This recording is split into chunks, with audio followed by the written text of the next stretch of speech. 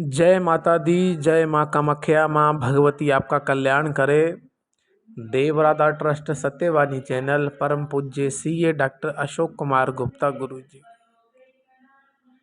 आज का जो हमारा विषय है, मंत्र अनुष्ठान संबंधित आवश्यक नियम, कि जब आप मंत्र किसी भी देवी या देवता का कोई भी मंत्र जपते हैं तो उसमें क्या क्या नियम ऐसे लागू होते हैं कि आपके द्वारा किया गया जप का आपको पूरा पूरा फल मिले। ये चीज़ हम आपके सामने आज प्रस्तुत कर रहे हैं। अगर आप भी जप करते हैं, तप करते हैं, किसी देवी देवता की पूजा करते हैं, तो कोई नियम जो हम बता रहे हैं, तो अगर आप उस नियम को नहीं करते हैं तो आपकी पूजा पाठ अधूरी मानी जाती है। तो इसलिए जो भी आप नियम कर रहे हैं वो भी करते रहें, लेकिन जो अपन यहाँ पे बता रहे हैं इसको भी अपने साथ मिला करके अपनी साधना को पूरा करें। मानसिक व शारीरिक रूप से दृढ़ होने के पश्चात ही अनुष्ठान का संकल्प लेना चाहिए। कि जो व्यक्ति दिमाग से बिल्कुल फ्री है, उसको कोई घर की चिंता नहीं है, को बीवी बच्चों की इतनी चिंता नहीं है कि उनके खाने की पीने की सब व्यवस्था है, वो पीछे से अच्छे से रहे। जहाँ भी बैठ कर के आप साधना करें, चाहे नदी तालाब के किनारे रह कर के करें, चाहे कहीं तीर्थ पे करें, चाहे देवी धाम पे करें, जहाँ कोई शिव का शिवालय हो वहाँ पे करें। आपको मानसिक रूप से बिल्कुल शांति होनी चाहिए कि मेरा घर परिवार अच्छे से रह रहा है, तो आपका जो संकल्प है फिर तो पूरा होगा। अदरवाइज अगर आपका ध्यान अपने परिवार में ही लगा रहा तो संकल्प पूरा होने में संदेह पैदा होता है। प्रारंभिक साधकों को सर्वप्रथम 31 या 51 जप का संकल्प लेना चाहिए। इसके बाद क्रम को बढ़ाते हुए 1.25 लाख जप का संकल्प करना चाहिए। माने तो छोटे से ही आप शुरू कर सकते हैं। मान लो आप 11,000 से भी शुरू कर सकते हैं, 21,000 से भी शुरू करते हैं, अपना टेस्ट लेने के लिए कि अपन इतना जाप कितने समय में कर सकते हैं और इस जाप में अपने को कोई परेशानी तो उत्पन्न नहीं होती। तो उसके बाद जब आपका ये जाप सफल हो जाता है तो आप फिर 1.25 लाख का संकल्प करें। मंत्र जप के समय यदि आपको छींक आ जाती है, आलस्य आता है, जम्भाई आती है, तो आपको फिर से अपने शरीर का पवित्रीकरण करना है। अगर रात्रिकालीन है तो जल का छींटा लगा लें, गंगा जल का छींटा लगा लें, प्राणायाम कर लें। अगर रात्रिकाल नहीं साधना कर रहे हैं, जप नहीं कर रहे हैं, दिन के उजाले में कर रहे हैं, तो सूर्य भगवान के दर्शन कर लें, उससे भी शुद्धिकरण हो जाता है। जप के समय पैरों को आसन के बाहर नहीं फैलाना चाहिए। आसन रखो, उन्हीं आसन हो तो वो भी अच्छा है। मतलब जिस तरह का आप मंत्र ले रहे हैं, जिस तरह से आपको गुरु ने विधि बताई, उस विधि के हिसाब से करो। कोई ना कोई आसन जरूर होना चाहिए, और जो आपके पाँव हैं वो आसन से बाहर नहीं होने चाहिए, ना ही फैलने चाहिए। जप काल में आलस्य, निद्रा, क्रोध सहित समस्त विकारों को त्याग देना चाहिए। जप काल में माला को हृदय के समीप रखकर ही जप करना चाहिए। जप की गति अधिक तेज ना हो और ना ही अधिक धीमी। लेकिन एक चीज का आपको यहाँ पे ध्यान रखना पड़ेगा कि आपका जो मंत्र उच्चारण है वह साफ और स्पष्ट होना चाहिए। कि जो भी शक्ति आप जागृत कर रहे हैं या जिस देवी देवता को आप ये अपना मंत्र सुना रहे हैं, तो उस देवी देवता को उस मंत्र का समझ आना चाहिए कि आप क्या बोल रहे हैं। तो इसलिए जप की गति ना तो अधिक तेज हो और ना अधिक धीमी, साफ और स्पष्ट उच्चारण होना चाहिए। पूजा के पूर्व, मान लो जप के बाद, साधक को अपने मुख का संशोधन करें, क्योंकि यदि जप काल में दुर्गंध युक्त रहने पर देवता का श्राप भी भोगना पड़ता है। इसलिए साधक को बताया गया है कि वो इलायची का प्रयोग करे। पान भी खा सकता है, पान खाने के बाद भी कर सकता है पूजा पाठ, और इलायची भी खा करके अपना जप तप कर सकता है, इससे दुर्गंध नहीं आती। दुर्गंध विनाश के लिए ये चीज़ें का आप उपयोग कर सकते हैं। इस प्रक्रिया में साधना काल में नींद या आलस्य भी कम आता है। जप करते समय मल मूत्र का आवेश हो तो माला पूर्ण करने के तुरंत बाद उसका विसर्जन करके पुनर्स्नान करके मंत्र का जप प्रारंभ करें। वैसे तो हमारे हिसाब से जब भी आपको जप करें उस समय आपको जल नहीं पीना है, मतलब 1 घंटे तक जल नहीं पीना चाहिए। जप करने से 1 घंटा पहले पानी नहीं पीना चाहिए। जप करने के बाद पी सकते हैं, क्योंकि आप जब जल पी लेते हैं तो 1 या 1.5 घंटे के बाद फिर आपको जाना ही पड़ेगा विसर्जन के लिए, अन्यथा आपके पेट में तकलीफ हो सकती है और आपको जप में डिस्टर्बनेस हो सकती है। किसी भी मंत्र में जितने अक्षर होते हैं उस मंत्र का उतने 1000 जप का लघु पुनश्चरण करके तथा उतने लाख जप का महापुनश्चरण होता है। प्रयत्न पूर्वक गुरु के सानिध्य में महापुनश्चरण अवश्य करें। इससे ही संपूर्ण सिद्धि की प्राप्त होती है। किसी भी मंत्र में जितने अक्षर होते हैं उतना 1000 आपको जप करना है, उतने लाख जप का फिर पुनश्चरण करना होता है। तो ये सब चीज गुरु सिखाता है। तो आपको गुरु की शरण में रह करके, गुरु के सानिध्य में रह करके आपको ये सब जो मंत्र के अक्षर हैं, पुनश्चरण होता है, महापुनश्चरण होता है, वो आपको सीखना पड़ेगा, तो फिर ही आपको सिद्धि मिलेगी। अनुष्ठान काल में नित्य एक ही संख्या में जप करें, प्रथम दिन से ना अधिक और ना कम। कि जितना आप हर रोज जप करते हैं, कि मान लो आपने संकल्प, बड़ा मंत्र है तो आपने संकल्प कर लिया कि मैं 1 माला ही करूँगा साहब 108 बार, तो आपको हर रोज 108 बार ही करना है। अगर मान लो मंत्र छोटा है तो आप बोलेगी 1100 बार मैं जाप करूँगा, तो आपको हर रोज फिर 1100 बार ही जाप करना है, उससे ना तो कम करना है ना तो ज़्यादा।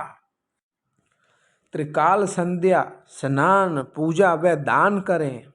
अपने आसन व भूमि शैया पर अन्य किसी को भी ना बैठने दें, कि कोई दूसरा व्यक्ति आकर के आपके आसन पे जप नहीं करेगा। जैसे आपने जप किया और अपना आसन उठाया और एक अपने कोने में रख दिया, और इसमें भूमि पे शाइन करना चाहिए। जप के दौरान भूमि पे शाइन करने से जप का जो प्रभाव होता है वह डबल हो जाता है। पूजा करने के लिए अलग से वस्त्रों का प्रबंध करना चाहिए, कि जप तप करने के लिए जो आपके वस्त्र रहेंगे उसका प्रबंध अलग से कर दें, जिनका प्रयोग केवल जप काल में ही करें, अन्य किसी कार्य में वह वस्त्र नहीं पहनने चाहिए। वस्त्रों के रंगों का चुनाव देवता के अनुरूप ही करें, और जैसे गुरु ने बताया हुआ है वैसा कलर पहने। अनुष्ठान काल में ब्रह्मचर्य का संपूर्ण पालन करते हुए शारीरिक व मानसिक भूमि शयन करें तथा हल्का व सात्विक भोजन करें। बासी भोजन नहीं करना चाहिए। भोजन का भोग पहले गुरु एवं देवता को लगाएं, फिर साधक को ग्रहण करना चाहिए। अधिक से अधिक मौन रहे, क्योंकि ईश्वरीय भाषा मौन है, इसलिए ज़्यादा से ज़्यादा मौन रहें, क्योंकि बोला गया है silent is gold, silent is gold, इसलिए गोल्ड को संभाल करके रखें। तेल का दीपक देवता के बाईं ओर तथा घी का दीपक दाहिनी ओर अर्पित करना चाहिए। धूप पुष्प तथा नैवेद्य सामने की ओर से प्रस्तुत किया जाना चाहिए।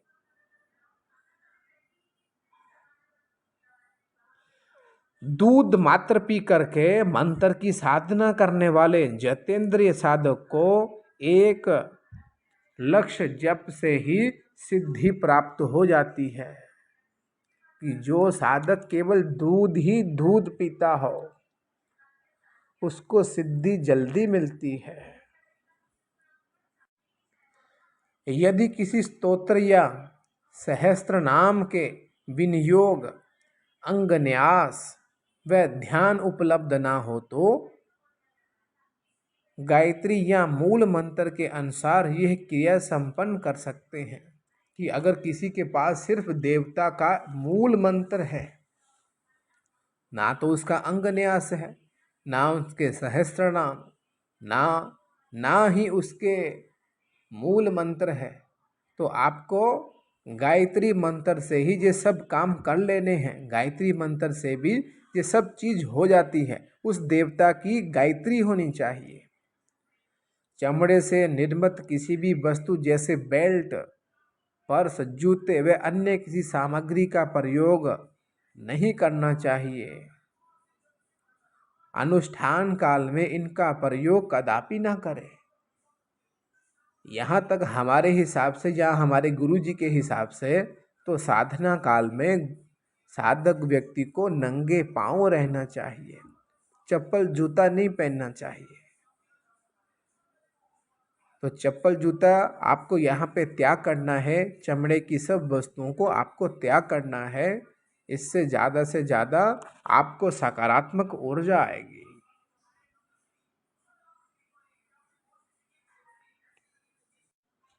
मंत्र, देवता, औषधि, ब्राह्मण एवं गुरु के प्रति जैसी आपकी श्रद्धा होती है वैसा ही फल मनुष्य को प्राप्त होता है।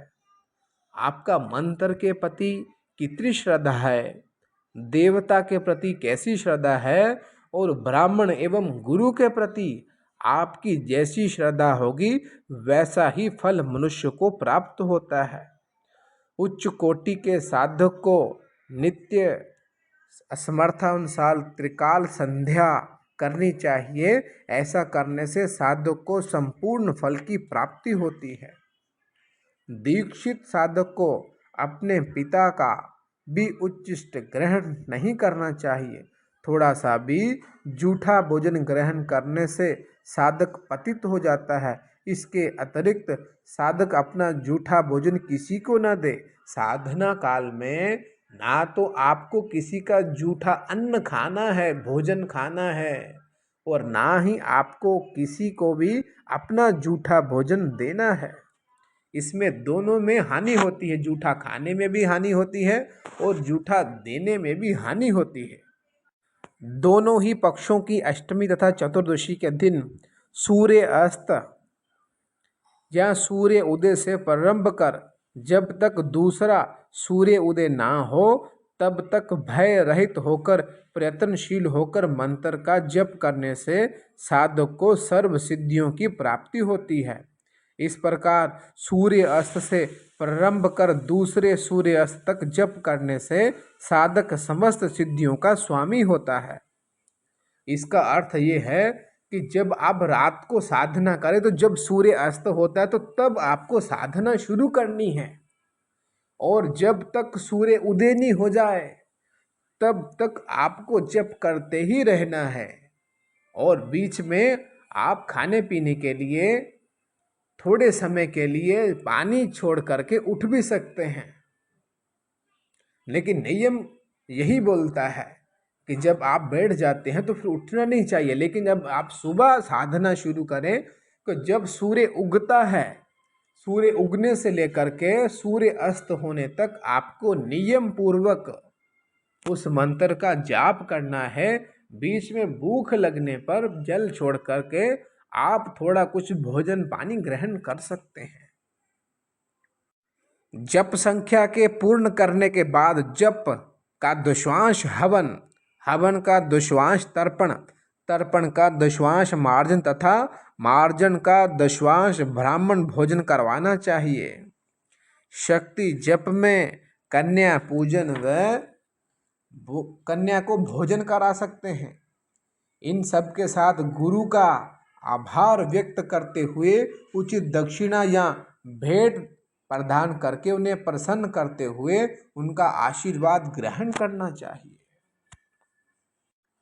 अपने मंत्र, देवता एवं साधना की अनुभूतियों को पूर्ण रूप से गुप्त रखना चाहिए। गुरु के अतिरिक्त अन्य किसी भी विषय में चर्चा नहीं करनी चाहिए। गुरु की उपस्थिति में ही देव कार्य संपन्न करने चाहिए। उनकी उपस्थिति में ही अपनी देह के अलावा गुरु के सानिध्य में सब रह करके आपको गुरु का ध्यान करके ही उनके माध्यम से ही शक्तियां अर्जित करना है। यही जप का नियम है। जय माता दी, जय माँ कामाख्या, माँ भगवती आपका कल्याण करें। Dev Radha trust Satyavani channel, CA doctor Ashok Kumar Gupta Guru ji. जय माता दी।